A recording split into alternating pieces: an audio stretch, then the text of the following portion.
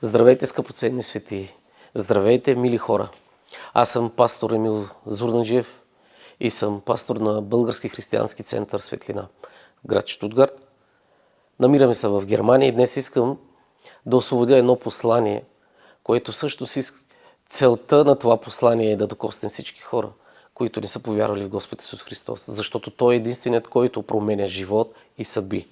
В миналото си съм бил човек, който съм обичал да се събирам на компании с моите приятели и естествено е, че винаги сме пиели, винаги сме играели, веселили сме се, но всяка вечер си задавахме един и същи въпрос: кога ще станем вярващи? В крайна сметка, една вечер, когато след купона, така да се нарече, бях вкъщи и си зададох един въпрос: какъв е моят живот? Винаги усещах вътре в себе си пустота. Винаги усещах се едно нива, която е обрана от всякъде, или пуста нива, или окосена нива. В крайна сметка чувствах в себе си празнота. И си казах: Господи, аз така или иначе, дали съм мюсюлманин, дали съм атеист, не мога да кажа точно какъв съм. На какво трябва да вярвам, защото израснах в мюсюлманско семейство, баща ми и майка ми изпълняваха някои неща от мюсюлманството, но в крайна сметка всеки празник, когато идваше, дори и християнски да е бил, ние чествахме. Така че идваше ли християнски празник, чествахме, идваше ли мюсюлмански празник, също чествахме, а идваше ли и идолопоклонски празник, пак го чествахме. В крайна сметка една вечер зададах един въпрос сам на себе си, като издигнах ръката си нагоре към небето и казах: Господи, ако Ти съществуваш, коя е истината? И така един ден, докато си ходех по пътя, дойде един човек на име Кемал от нашия квартал. Нямахме нищо общо с него, като казвам предвид, нямахме нищо общо с него, т.е. нямахме разговор с него, никога не сме разговаряли, но той дойде при мене и ме попита: Енвер, искаш ли да дойдеш с мен в Германия? Аз му казах: интересен въпрос. Мога ли да ти отговоря на следващия ден? Той каза: добре, отговори ми на следващия ден. Аз се прибрах в къщи и тогава разговарях с моята съпруга. И я попитах: скъпа, дали Господ не ме поставя днес на един кръстопът да избирам пътя на света или да избирам пътя на Бога? Знаеш ли какво? Така и казах аз. Аз искам да избера пътя на Бога. И така на следващия ден, когато се видяхме с този сега вече мой скъпоценен брат във вярата, и той е пастор също така в Дуисбург, отидах при него и му казах: знаеш какво, аз ще дойда с теб в Германия. И всъщност след 2 дни се озвахме в Германия. Дойдохме тук на работа и работехме за много ефтино тогава. Работехме за по 500 евро. Но всяка вечер и всяка сутрин виждах този човек да се моли.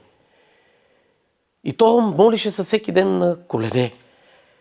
Един ден ми каза: братко, ела при мен, ела седни, ела да се молиш. И аз му казах: моля ти се, не ме занимавай. Аз никога не съм се молил, не знам какво е да се моля, не знам как да се моля. И така дните минаваха, обаче една вечер той ми каза: братко, може ли да вземеш да ми прочетеш малко от Божието Слово? Аз се почудих и казах: добре, дай ще ти чета от Божието Слово. И докато четях, отначало той ми каза: вземи и да четеш от Новия Завет. И аз казах: добре, няма проблеми, ще прочита. Започнах да чета от Новия Завет, от книгата, от Евангелието на Матея, от 1 глава. И докато четях 1 глава, 2 глави, 3, 5 глави, той заспиваше, а пък аз не можех да заспа. И продължавах да чета и прочитах още 3-4 глави след това. На следващия ден започвах да чета пак от 7 глава, 8, 9 и 10. И така в рамките на една седмица аз бях прочел целият Нов Завет. Толкова бързо, че той ми каза така: ти какво направи, братко? Аз нищо не можах да разбера от Божието Слово. И казах: защо не можа да разбереш от Божието Слово? Ти толкова бързо прочете, че аз нищо не можах да разбера. Моля те се, започни от начало пак от Евангелието на Матея, този път по-малко. Прочети ми 1 или 2 глави или максимум 3 глави. И аз казах: добре. Чета му 1 или 2 глави или 3 глави, той заспиваше отново и аз нямаше какво да правя. И прочитах още поне 7-8 глави. Така че на следващия ден той ме караше отново да се връщам от тези глави, до които той се е сещал, и оттам нататък продължавах отново да чета. Така че след това прочитах побавно Евангелието и си цялата книга на Новия Завет, Обаче като прочитах в рамките за един месец. И в рамките на този месец всъщност аз прочетах Новия Завет минимум 5 пъти. Така че, когато четях Божието Слово, започнах да си задавам въпроси. То ако Господ съществува тогава, всички тези исторически факти вярни ли са или не са вярни? В крайна сметка, в интернета бях видял тогава, 2004 година, бях видял тогава, че се пише за Ноевият ковчег и че той съществува. Казах си, Господи, ако наистина съществуват тези исторически факти, това означава, че тази книга е истина.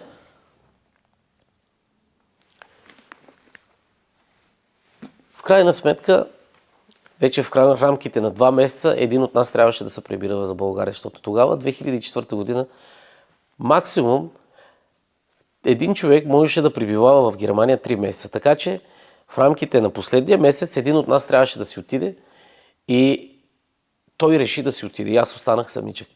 И каза, знаеш ли какво? Ето ти Божието Слово и вземи, пък ако си свободен, чети. И казах, добре, няма проблеми, нека да остане това Божие Слово тук при мен. Наистина, нощно време нямах какво да правя. И вместо да легна да спъне ми се спие, взех Божието Слово и започнах да чета. И когато четях в Евангелието на Йоанна, 13 глава, 12 и 13 стих. И ето вижте какво пише там. А когато уми нозете им и си взе мантията, седна пак и им рече. Тоест, тази история е доста позната на всеки един християнин. Но на тези, които не са познати, това е всъщност историята, където Исус Христос уми краката на своите ученици. Но интересното е какво каза на своите ученици. И той им рече, знаете ли какво ви сторих? Тоест какво ви направих? Вие ми наричате учител и Господ. И добре казвате, защото съм такъв. И сега, нека да ви разкажа това, което се случи с мене. Когато прочетах думите и съм такъв, изведнъж Исус Христос застана до мен. Не знам сега как. Много от хората, които гледате това видео, може би ще останете скептични, но нека да ви кажа. И аз не знам как. Не мога дори да ви го обясня. Но Исус Христос беше реален пред мене. Той застана до мене, обърна се към мене и знаете ли какво ми каза? Искаш да знаеш истината? И аз му казах, да. Обърнах се към него и казах, да, искам да знам истината. Тогава Исус Христос ме хвана за ръката толкова силно, че до ден днешен все още усещам неговият допир, неговото стискане всъщност на моята ръка. Хвана ме за ръката и ми каза, ела с мен. И това, което всъщност се случи, не знам как дори да го обясня, но това, което се случи, че аз и Исус Христос се гмурнахме в Божието Слово, така както човек се гмурка, когато скача във воден басейн. И изведнъж цялата тази картина, в която аз бях, се промени. И аз се намерих в онова старо време, когато Исус Христос беше на земята. И виждах всичките чудеса и знамения, които Исус Христос вършеше там, в Израел. И докато гледах всичките тези прашни пътища и докато гледах всички тези хора и цялата тази тълпа, която се блъскаше, за да се докосне на Исус, само и само да бъде изцелени, един сляпо роден човек дойде до мен и започна да вика, Исусе, Исусе, сине Давидов. Толкова силно викаше, че неговият вик заглушаваше ушите ми и те зантяха. Тогава до него дойдоха едни хора и дори апостолите и започнаха да му казват, стига си викал, не викай така. Но той започна още повече да крещи. В крайна сметка след това разбрах, че същата тази история е има описана в Божието Слово. И тогава Исус дойде при него и му каза, какво искаш да ти сторя? И той каза, искам да гледам, Господи. Тогава Исус Христос клекна на земята, плюнна с плюнката си и направи с пръста си кал и му помаза двете очи. И му каза, иди и се окъпи в капалната Силоам и ще прогледнеш. И човека, отивайки към капалната, тогава аз за първи път се обърнах към Исус Христос и го му казах, Господи, защо по този начин ти изцели този човек? Тогава той се обърна към мене и усетих невероятната любов. Една невероятна усмивка. Не я виждах, но я усещах. Усещах невероятната любов и невероятна сигурност. И тогава само погледнах и видях ръката му, която бе насочена към мен и каза: поради вашето естество, защото вие от кал сте направени. И тогава в един миг цялата тази картина, абсолютно цялата тази картина изведнъж изчезна. И аз се намерих отново в същата стаечка, в която четях Божието Слово. Но този път аз бях на колене, облян целият в сълзи и започнах да се покайвам за абсолютно всеки един мой грях. Това е невероятно. Това е невероятно. Защото аз имах лична среща с Господ Исус Христос. Само поради едно желание да знам коя е истината. Има един човек, живял на този свят преди 2000 години. 100% човек и 100% Бог, който твърдеше едно и също нещо. Той каза: аз съм пътят, истината и животът. Това е Господ Исус Христос. От тогава моят живот се промени. От тогава тази нива, която беше като пустош, стана невероятен рай в моя живот. От тогава нататък, вече 20 години, сега сме 2004 година, 20 години, никога не съм спирал да говоря за Господ Исус Христос и да разказвам истината, защото е казано в Божието Слово: и ще познаете истината и тя ще ви направи свободни. Амин. Бъдете благословени и нека Божият мир и благодата на Господа Исуса Христа да бъде с всички вас. Амин. Покланям ти се и ти благодаря. Покланям ти се и ти благодаря за твоята огромна любов, която имаш върху нас и върху цялото човечество. Благодаря ти, Боже. Благодаря ти, Боже. Благодаря ти, Боже. Благодаря ти, Святи Души. Благодаря ти, Исус. О, пресвята Троица! Живееш толкова мощно и владееш толкова мощно. Всемогъщ Бог, Господ на силите. Само един твой поглед и небесата треперят пред теб. Само една дума и сътворяваш всичко. Само една мисъл и демони бягат от тебе и крещат.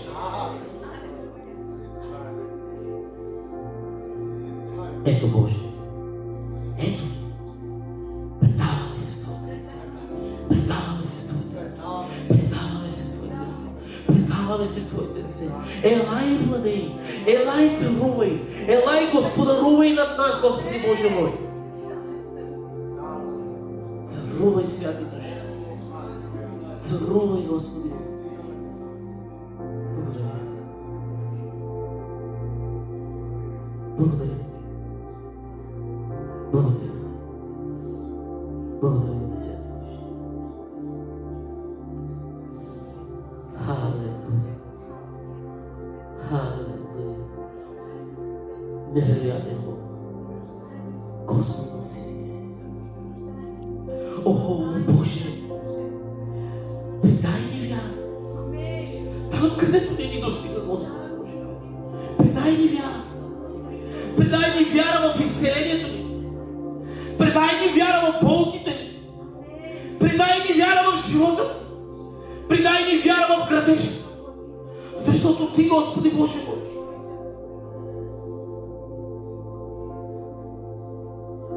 си този, който издигаш. Ти си този, който изцеляваш. Ти си този, който снабдяваш. Ти си този, който ни учиш. И днес ние живеем и съществуваме и движим се чрез Твоята благодат, чрез Твоята сила и чрез Твоята огромна любов, Святи Боже. Халелуя. Халелуя. Открий се, Господи. Говори ни, Господи. Желаеме Те. Искаме Те. Тропаме. Търсиме. Хлопаме на Твоята врата, Господи. О, святи души. Промени живота ни. Дръж ни сила в Твоите ръце. Нека бъдем светлината на света.